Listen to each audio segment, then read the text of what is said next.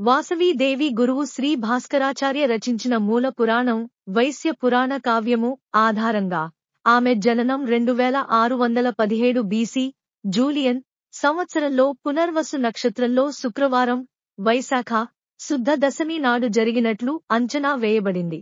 వాసవి కన్యకా పరమేశ్వరి లేదా శ్రీ వాసవి కన్యకా పరమేశ్వరీ దేవి అమ్మవారి అవతారంగా హిందువులచే పూజింపబడే ఒక దేవతామూర్తి. ప్రధానంగా గొమతి లేదా ఆర్య వైశ్యులు కులస్థులకు కులదేవత. ఈ కులస్థులు అధికంగా ఆంధ్రప్రదేశ్లోనూ ఇంకా తమిళనాడు, కర్ణాటక రాష్ట్రాలలోనూ నివసిస్తున్నారు. వాసవి మాతకు ఆంధ్రప్రదేశ్లో కల పెనుగొండలో అతి పెద్ద దేవాలయము ఉంది. ఇక్కడ వైశ్యులు అధికం. వాసవి మాత మద్రాసు ప్రెసిడెన్సీకి చెందిన వైస్రాయి 1921-1931 మధ్య కాలంలో ఒక కమిషన్ వేశాడు. దాని ప్రకారం ప్రతి కులానికి తమ పేర్లలో కోరిన మార్పులు రిజిస్టర్ చేసుకునే వెసులుబాటు కల్పించబడింది. దానిని అనుసరించి వైశ్య అసోసియేషన్ 1905 వారు తమ పేరును గొమతి నుండి ఆర్యవైశ్యగా మార్చుకున్నారు.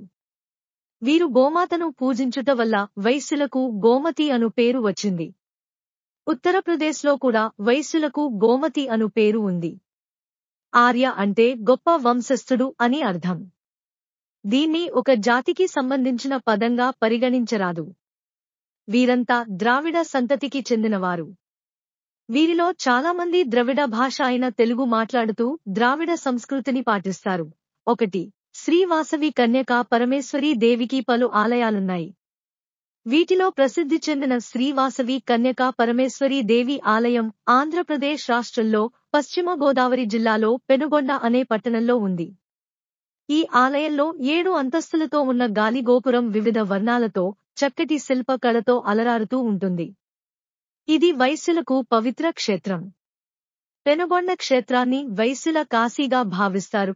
ఈ కథను గూర్చి కన్యకా పురాణములో మిక్కిలిగా ప్రస్తావించబడింది. దీని కర్త శ్రీ గురు భాస్కరాచార్యులు. ఈ పురాణము ముఖ్యముగా పెనుగొండ వైశ్యుల కుల ధర్మముల కట్టడి యొనర్చుటకుద్దేశించబడిన గ్రంథముగా కనబడుచున్నది.